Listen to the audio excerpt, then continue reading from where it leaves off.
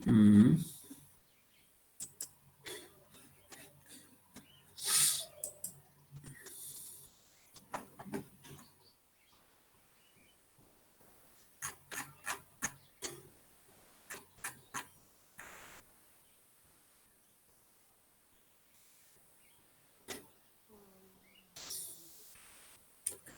ছাত্র কম আসতেছে না কেন?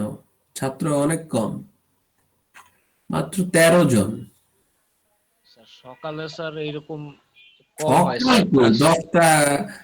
10টার উপরে বাজে, এখনো সকাল। স্যার অনেকেই দেখা যাচ্ছে ঘুম থেকে উঠে নাই। হ্যাঁ, আসলে ঠিকই। আবার ইন্টারনেটেও প্রবলেম থাকে। আজকে আমাদের এলাকায় আবার কারেন্ট থাকবে না 12টা থেকে 5টা পর্যন্ত, বুঝছো? আয়, কিছু কাজ করবে, মানে বিদ্যুতের কাজ টাজ করবে। তো আবার স্যার ওই দুটো যে ক্লাস ছিল আবার ওই টাইমে। স্টুডেন্টদের জানাই দিছি যে কাজগুলো পরে নিব। স্যার, বিদ্যুৎ না থাকলে তো আমি বসতে পারবো না কম্পিউটারে। জি স্যার, জি স্যার, প্রবলেম করে। প্রবলেম কি, কম্পিউটারে বসতেই তো পারবো না। আমার ল্যাপটপে তো ইয়া থাকে না, ব্যাকআপ নেই, বুঝছো? জি স্যার, জি স্যার। ল্যাপটপ ব্যাকআপ দেয় না। ওই অ্যাকচুয়ালি আ- হচ্ছে কি স্যার, আধা ঘন্টা 1 ঘন্টা ব্যাকআপ দিব, এরপরে জি আর স্যার। দিব না। হয়তো 30 মিনিটস বা 40 মিনিটস ব্যাকআপ দিবে, এরপরে চলে যায়, এরপরে উইক হয়ে যায়, আস্তে করে কালো হয়ে বন্ধ হয়ে যাব। এর থেকে স্যার অফ হওয়ার থেকে স্যার না ইউজ না করাটাই বেটার। আর হচ্ছে ওই তোমার ওই নেট চালাইলে বিদ্যুৎটা বেশি তাড়াতাড়ি মানে ব্যাটারি শেষ হয়, বুঝছো? জি স্যার, জি স্যার, নর্মালি জি আরো স্যার। বেশি যায়, কিন্তু ওই নেট ইউজ করলে তাড়াতাড়ি শেষ হয়ে যায়। স্যার আর গুগল মিটে তো বেশি স্যার, প্রচুর পরিমাণে চার্জ কাটে। অনেক চার্জ।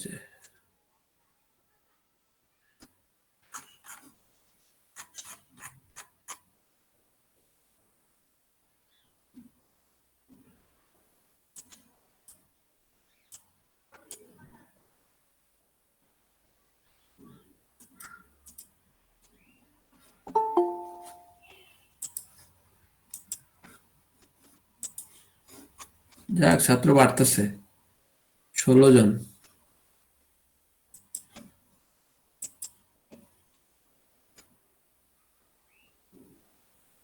আসবে স্যার আর একটু পর। হ্যাঁ, আসবে আসবে আসবে আসবে।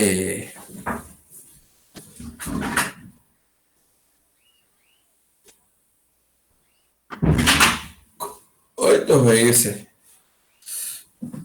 17। ভিডিও গুলা দেখবা ভালো করে, জি বুঝছো? স্যার, জি স্যার, জি ভিডিও স্যার, গুলা ওই ক্লাসের ভিডিও আর কি। জি স্যার, বুঝতে পেরেছি স্যার। হ্যাঁ, আমি তো 5টা সেকশনে নেই তো, তো ভিডিও বানাইলাম আর কি, রেকর্ড করছিলাম, বুঝছো? জি স্যার। তো স্যার ওইটা কোন সেকশনের সাথে স্যার? ওইটা কোন সেকশন, ওইটা মনে হয় সেকশন, মনে করতেছে না, 5 মনে হয়। রেকর্ডটা ভালো ছিল, দেখলাম এটা ক্লিয়ার আছে, এই জি কারণে স্যার। দিয়ে দিলাম আর কি।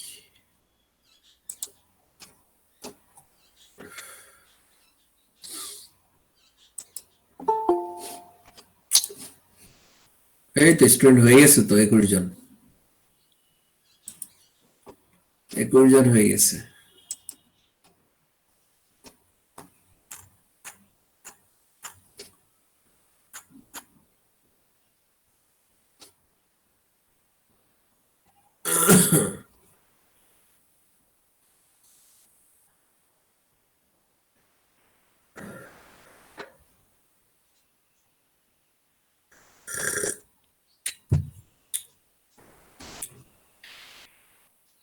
স্যার ডিমান্ড কার্ভ পর্যন্ত পড়াচ্ছিলেন স্যার, মানে ডিমান্ড কার্ভে যে ছকটা ওইটা। ওইটা না, আচ্ছা দাঁড়াও বের করতেছি। বের করতেছি।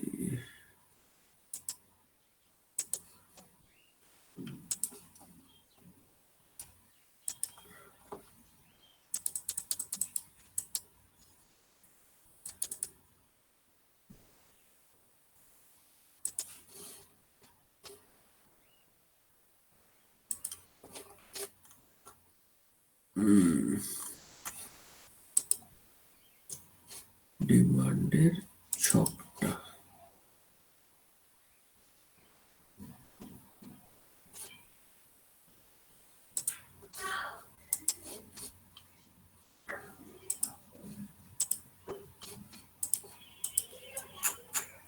মানে এই যে ছকটা, এটা দেখো তো।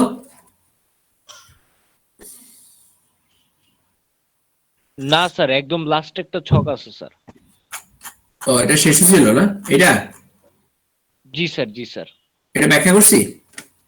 জি স্যার, এটা ব্যাখ্যা করে পড়াইছিলেন স্যার। তাহলে এটা শেষ। তাহলে আমরা একটু বইতে যাব, একটু ওকে বই স্যার। থেকে কিছু পড়াশোনা করতে হবে।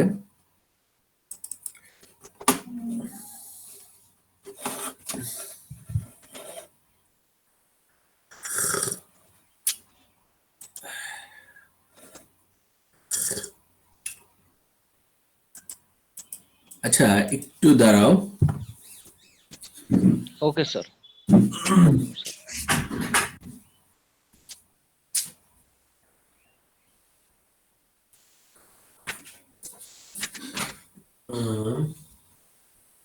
ঠিক আছে, আবার কি আসলো? স্টুডেন্ট আসছে আবার। জি স্যার। তা তাসিক আজম না কে জানি আসছে। জি Tasik sir, Azam. ID 86 sir. আচ্ছা, সমস্যা নাই।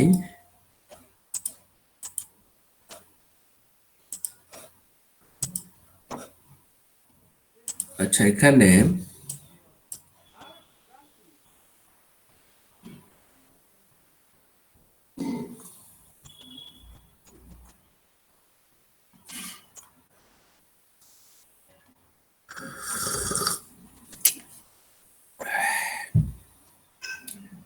আচ্ছা, আমরা এই যে কমপ্লিমেন্টস প্রোডাক্ট এগুলি পড়ছি। স্যার কতটুকু কোনটা দেখি একটু স্যার। মনে পড়তেছে না মনে হয়, দাঁড়াও।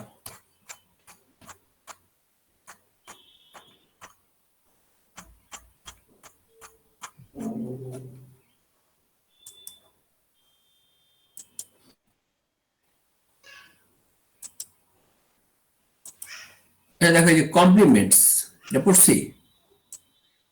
হুম, কমপ্লিমেন্টস। হুম। স্যার আমাদের স্যার আমি বলি স্যার কতটুকু পড়ানো হয়েছে না স্যার। না, শুনো শুনো, এটা না, স্যার ওইটা না। ডিমান্ড অ্যানাল এইগুলো কমপ্লিমেন্টস হচ্ছে প্রোডাক্ট আর কি। যেমন ধরো আমরা সাবস্টিটিউট গুড পড়ছি না, সাবস্টিটিউটস। বললাম না যে সাবস্টিটিউট প্রোডাক্ট, সাবস্টিটিউট প্রোডাক্ট। তারপরে বললাম কি নরমাল গুড, ওই যে ইয়াতে। আচ্ছা, তোমাদেরকে দেখাই, তোমাদের হবে না।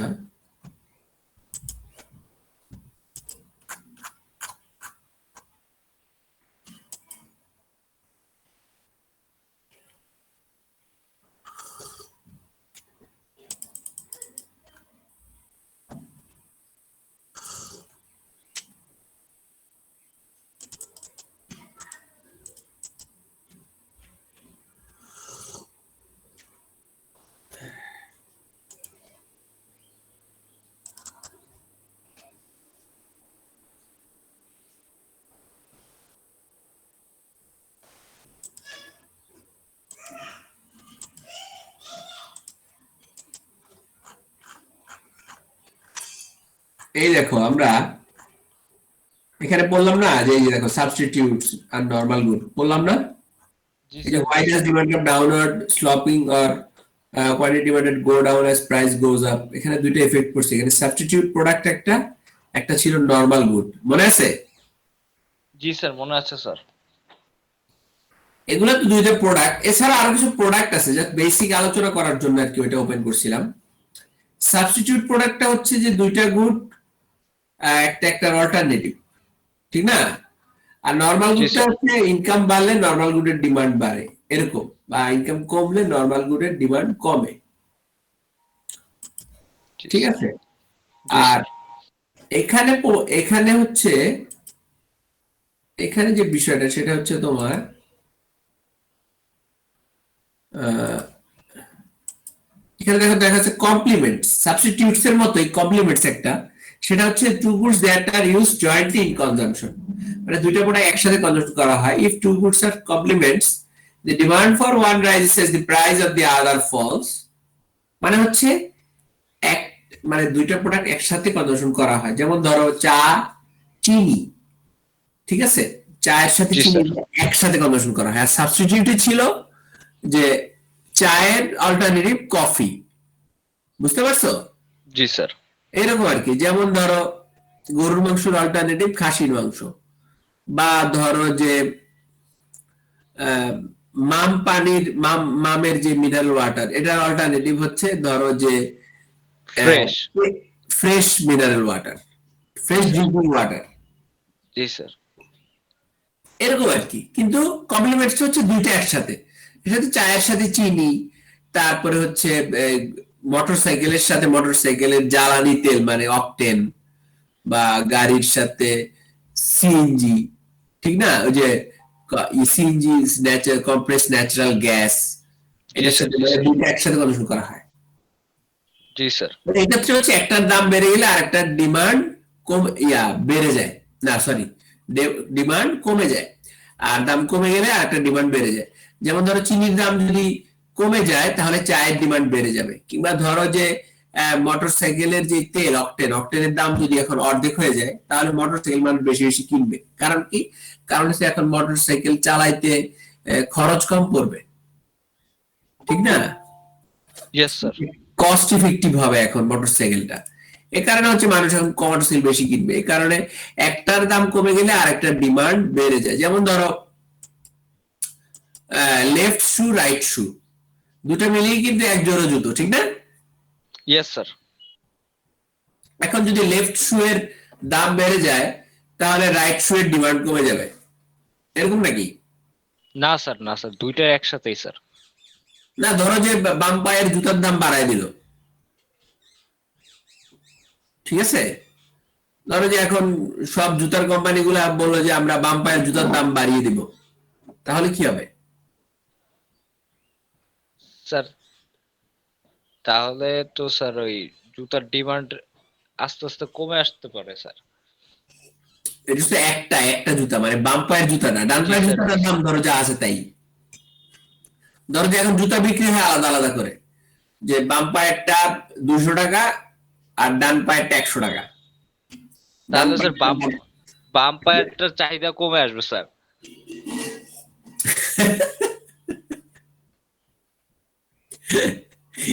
এরকম কি হয় নাকি? এটা তো তোমাদেরকে জাস্ট একটা উদাহরণ এটা, দিলাম, জি স্যার, হয় না স্যার। ঠিক আছে? এটা তো একটা তোমার লগে একটা আমি দুষ্টামি করলাম আর কি, ঠিক আছে? জি স্যার। জি স্যার। এরকম কি হয় নাকি? তুমি দেখছো নাকি? পৃথিবীতে কখনো হয় না। আমি একটা দুষ্টামি করলাম এরকম। চা চিনির ক্ষেত্রে সেটা ঠিক আছে, চিনির দাম বাড়তে পারে, ঠিক আছে? কারণ চিনি তো শুধু জি চায়ের স্যার। জন্য না, চিনি জি আরো স্যার। অনেক জি কিছুর স্যার। জন্য ইউজ হয়, ঠিক না? তো এরকম আর কি। এই কারণে এই বিষয়গুলো ইম্পর্টেন্ট রাখতে হবে। চিনিটা আসলে শুধু চায়ের জন্য না, চিনি অনেক কাজেই ব্যবহার করা হয়। তারপর হচ্ছে সিএনজি গ্যাস, এটা শুধু যে গাড়ির জ্বালানি তেলের জন্য তা না। সিএনজি গ্যাসটা তো তোমার, এটা তো কম্প্রেসড ন্যাচারাল গ্যাসকে কম্প্রেসড করা হয়, সংকুচিত করা হয়, বুঝছো? জি স্যার। জি স্যার। ন্যাচারাল গ্যাসটাকে কম্প্রেসড বা সংকুচিত করে তরল করা হয়, ঠিক না? জি স্যার। জি স্যার। তো এটা তো ন্যাচারাল গ্যাসটা তো শুধু সিএনজি বানানোর জন্য না। ন্যাচারাল গ্যাসটা তো আমরা না, ধরো যে ওই সিএনজি অটো রিক্সায় সিএনজি বলে রাখ দিই, এটা আমরা সিএনজি বলি আর কি, এখন এটা আমাদের লৌকিকতা, ঠিক না? যেমন জি স্যার। আমরা বলি ওই যে ফাইন টাইম ওরা আসছে, তাহলে ফাইন টাইম তো আসলে কিছু না। টাইম না তো স্যার। আসলে ফাইমের সাথে আরো অনেকে আছে, এটা বুঝায়, বুঝছো? জি স্যার, জি স্যার, জি এটা স্যার। আমাদের একটা লৌকিকতা, যেমন চাটা খাবো, মানে চায়ের সাথে মানে চায়ের খাবো, চায়ের সাথে আরো নাস্তা নাস্তা থাকবে আর কি, এই আর কি। চায়ের সাথে তো অনেক কিছুই থাকে, যে কোনো কিছু থাকতে পারে বিস্কুট স্যার। থাকে। হ্যাঁ হ্যাঁ, এই আর কি। এগুলো হচ্ছে আমাদের লৌকিকতা, আমরা ভুল বলি কিন্তু এগুলো ভুল না আসলে, সমস্যা নাই এগুলাতে।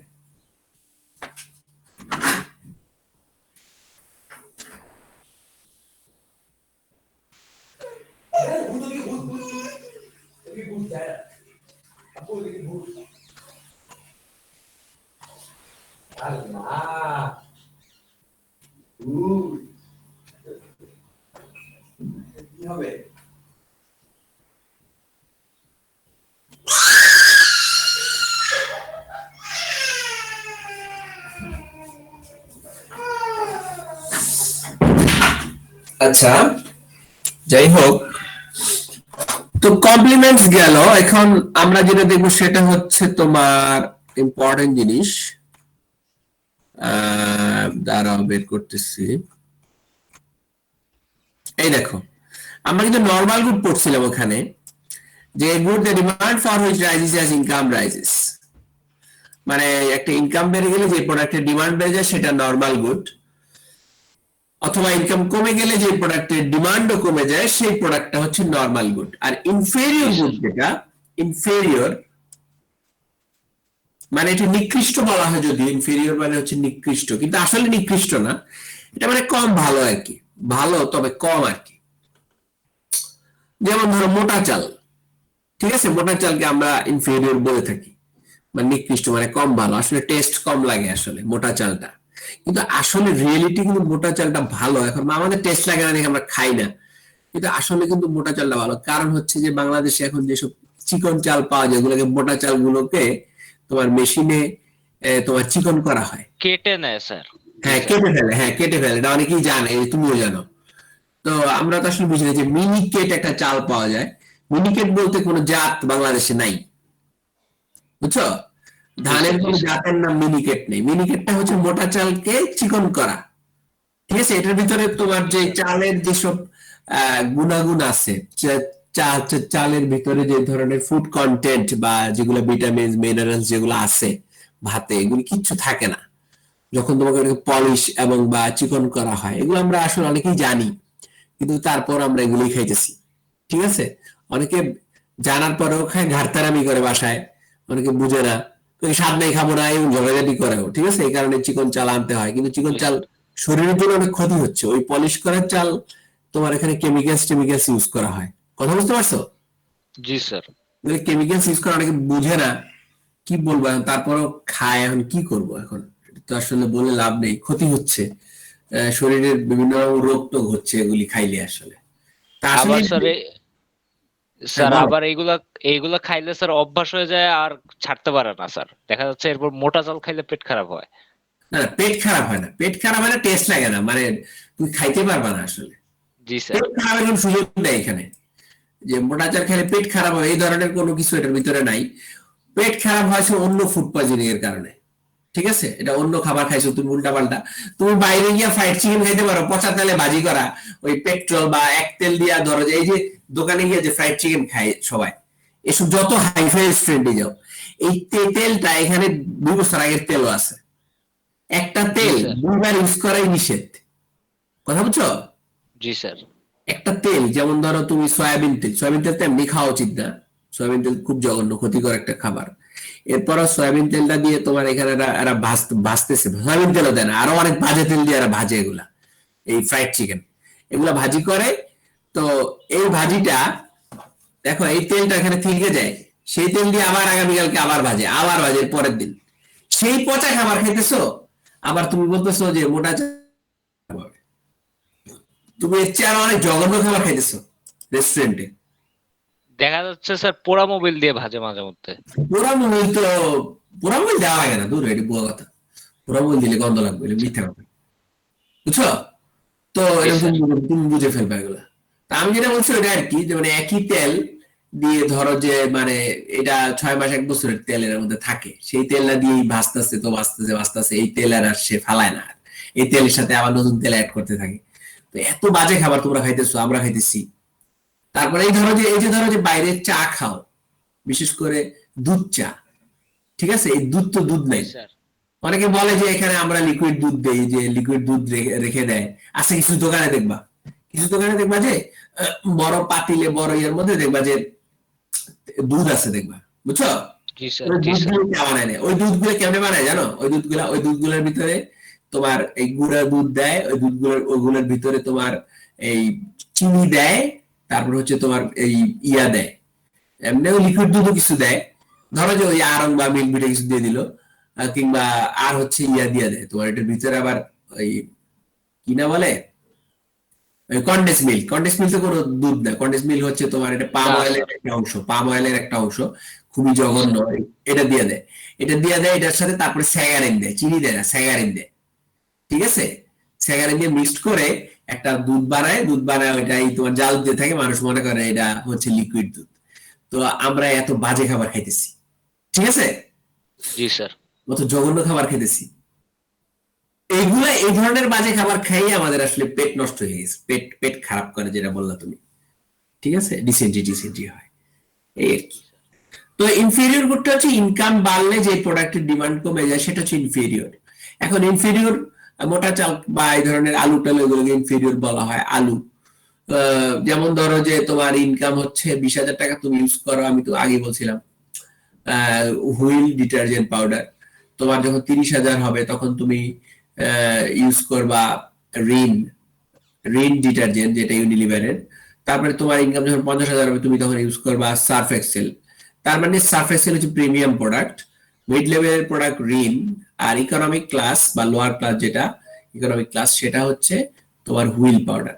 তাই বলে হুইল পাউডার খারাপ না, মানে কম ইফেক্টিভ, ঠিক আছে? জি স্যার। তারপরে 2 নম্বরে হচ্ছে হচ্ছে ঋণ। তার মানে ইনকাম বাড়ার সাথে সাথে হুইলের বা ঋণের ডিমান্ডটা কমতেছে। তো এগুলো হচ্ছে ইনফেরিয়র হয়ে যাবে, আর যেটা ডিমান্ড বাড়তে থাকবে সেটা হয়ে যাবে নর্মাল। আবার যখন ইনকাম তোমার কমতে থাকবে, তখন এগুলোর ডিমান্ড আবার বাড়তে থাকবে। ধরো ইনকাম তোমার আবার 20,000 চলে আসছে, তখন আবার দেখবা যে ইনকাম বাড়লে, ইনকাম কমতেছে, কমার সাথে সাথে ডিমান্ড বাড়বে কোনটা? হুইলের চলে আসবে। তার মানে ইনকাম বাড়লে যে, ইনকাম কমলে যে প্রোডাক্টের ডিমান্ড বাড়ে সেটাও ইনফেরিয়র, আবার ইনকাম বাড়লে যে প্রোডাক্টের ডিমান্ড কমে সেটাও ইনফেরিয়র, মানে একটা নেগেটিভ সম্পর্ক। মানে ইনকাম বাড়লে যে প্রোডাক্টের ডিমান্ড কমবে, বা একটার সাথে ডিমান্ডের সাথে ইনকামের সম্পর্কটা যখন নেগেটিভ হবে, তখন হবে সেটা ইনফেরিয়র। আর পজিটিভ যখন হবে তখন হবে নর্মাল। তার মানে বুঝতে পারছো, আসলে ইনফেরিয়র মানে যে খারাপ তা কিন্তু না। ইনকাম কমার কারণে তুমি একটু কম কোয়ালিটি সম্পন্ন একটা প্রোডাক্ট কিনছো, এই আর কি। বুঝতে পারছি স্যার। হুম।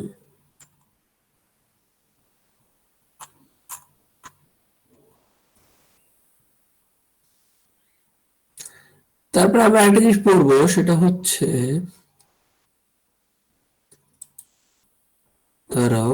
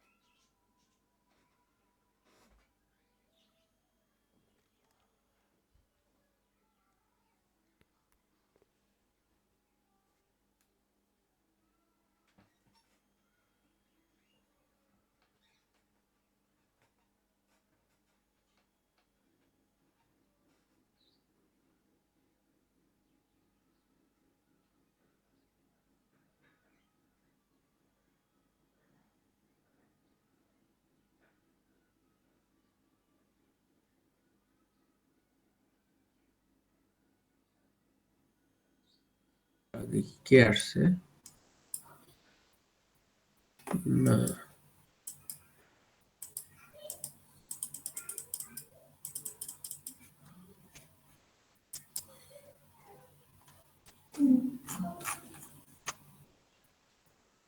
আহ,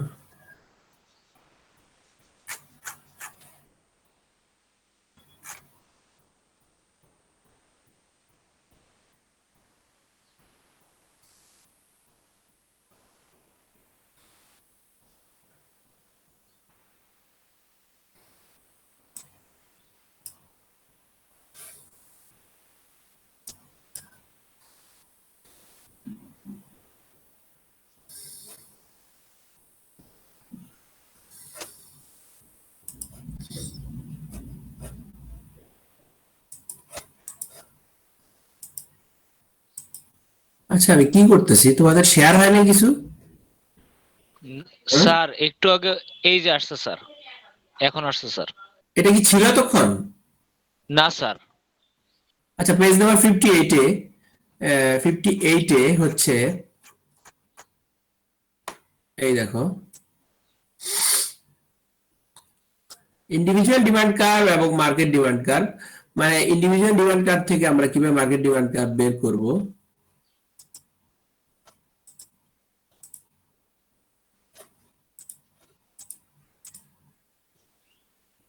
দেখো এখানে প্রাইস দেওয়া আছে, আর কোয়ান্টিটি ডিমান্ডেড হচ্ছে জন একজন মানুষ, স্মিথ একজন মানুষ, আর আদার্স বায়ার্স আরো মানুষ। একটা পার্টিকুলার প্রোডাক্টে তাদের ডিমান্ড বিভিন্ন প্রাইসে, বিভিন্ন রকম ডিমান্ড। আদার বায়ার্সদের হচ্ছে 20, হচ্ছে এখানে 20, 45, প্রাইস কমার সাথে সাথে সবার ডিমান্ড বাড়তেছে। আর অল বায়ার সব যোগ করে দিলাম, ধরো 1 + 2 + 20 যোগ করলে 23, এভাবে এগুলি সব যোগ করে এগুলি বের হয়েছে। শেডেড এরিয়া যেটা, এই যে 12 এবং 11, এই যে এটা অংশটুকু, এই অংশটুকু দিয়ে আমরা গ্রাফটা ড্র করেছি। দেখো, এই দেখো গ্রাফটা দেখো জি এখন। স্যার। এই যে জনের যে ডিমান্ড গ্রাফ, তোমরা কি করবা, এই যে দেখো 12 থেকে, এই প্রাইসটা 12 না, সবার ক্ষেত্রে তো প্রাইস 12। প্রাইস 12 যখন ছিল তখন জি স্যার। জনের ডিমান্ড 4, 11 যখন ছিল 5, ডিমান্ডটা বাড়ছে। তোমরা কি করবে, 11 থেকে টান দিয়ে একদম চলে যাবা লাস্টে A4 পর্যন্ত। এই যে A4 আছে না, এই যে A4 পর্যন্ত এক টান দিয়ে চলে যাবা। জি স্যার। আবার 11 থেকে একটা টান দিয়ে যাতে সমান থাকে আর কি, এই ছবিগুলো পাশাপাশি ড্র করবা। মানে ওকে এক স্যার। টান দিয়ে একবার 11 এই B4 পর্যন্ত চলে যাবা, প্রথম 11 থেকে একবার B4 পর্যন্ত।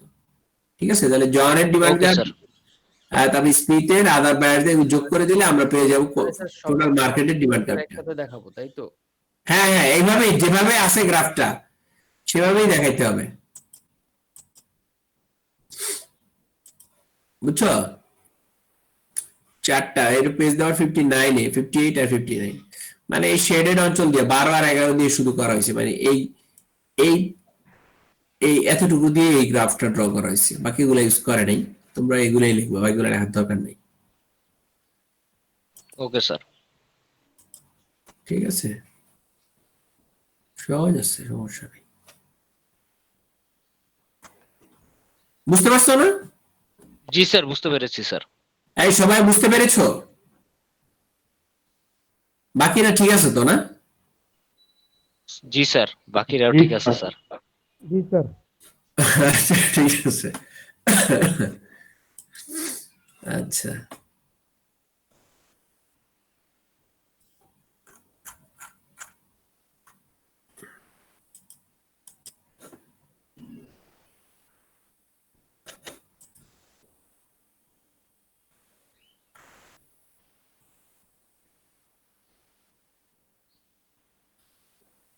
আরে ওটা বন্ধ করলাম কেন? ওটা তো শেষ হয় নাই, ভুলে বন্ধ করে দিছি।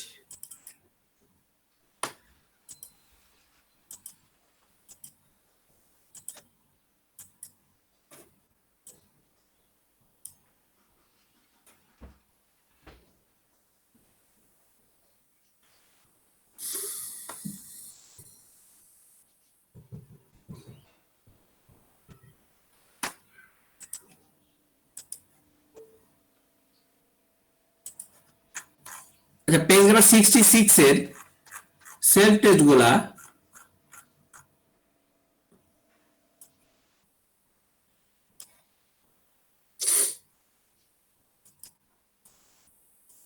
দেখো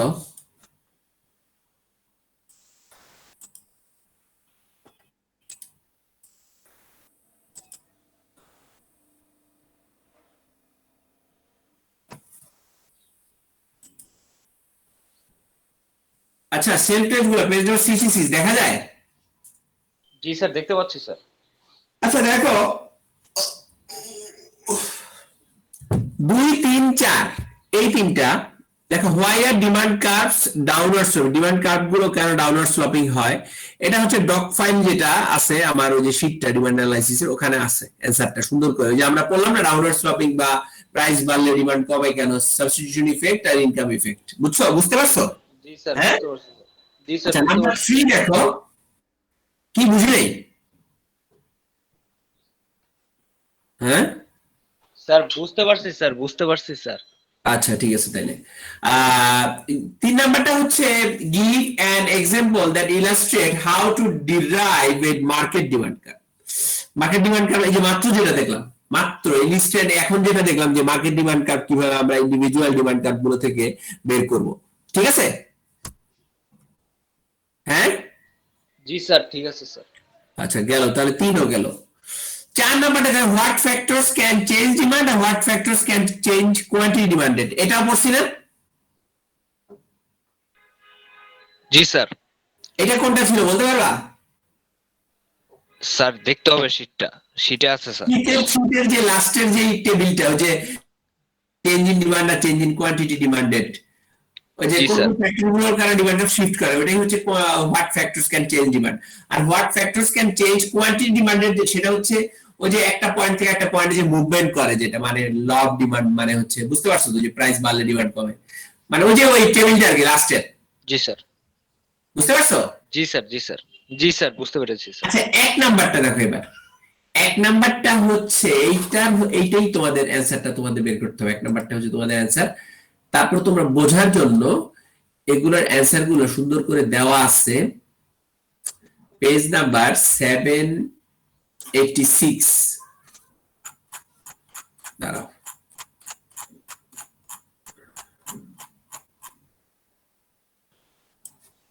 এই হচ্ছে পেজ নাম্বার 786, বুঝছো? এটা হচ্ছে পেজ নাম্বার Okay, sir. 786। এখানে তোমার সব সেলফ টেস্ট গুলোর অ্যানসার দেওয়া আছে, দেখো সেলফ টেস্ট অ্যাপেন্ডিক্স, বুঝছো কোন পেজের, চ্যাপ্টার 1 পেজ 30 দেখছো সুন্দর করে সব দেওয়া আছে। এখন যেটা আমরা পড়তেছিলাম এটা হচ্ছে এই যে এটা এই দেখো পেজ 66 দেখছো, এই চ্যাপ্টার জি, স্যার, 3 জি, পেজ স্যার। 66, ঠিক আছে না? জি স্যার ঠিক আছে স্যার। ঠিক আছে, তাহলে এই যে প্রথমটাই হচ্ছে এটার অ্যানসার।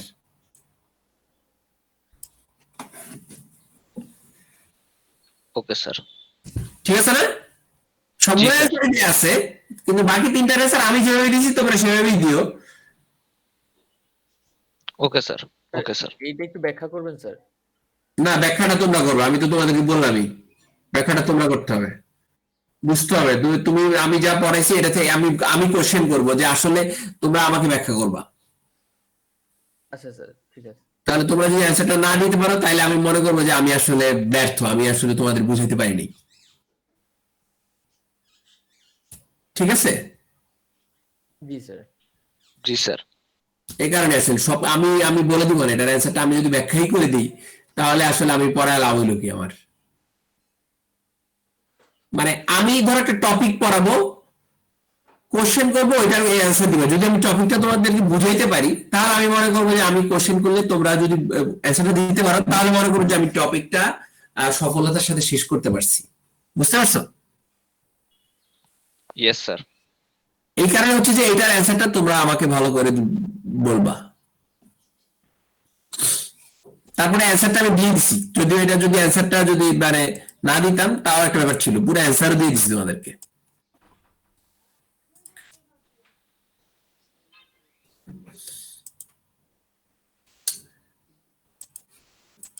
আচ্ছা একটা কাজ করো, আজকে তোমরা লিভ করো বুঝছো, অ্যাটেন্ডেন্স দিয়ে আমি একটু এই জায়গায় যাবো, ওকে স্যার, ওকে স্যার। আজকে একটু অ্যাটেন্ডেন্স দিয়ে দাও, আজকে থাকতে পারতেছি না। আল্লাহ হাফেজ। হ্যাঁ ওকে, হ্যাঁ ফাইন, তাহলে গেলাম। হ্যাঁ স্যার আপনাকে মেইল করে দিব স্যার। কি মেল করবা? Sir attendance. না না, অ্যাটেন্ডেন্সটা দাও, অ্যাটেন্ডেন্স দিয়ে দাও, আমি এখন নিয়ে নিতেছি, ও- অ্যাটেন্ডেন্স দিয়ে দাও। Okay sir, okay sir. ওকে, আল্লাহ হাফেজ।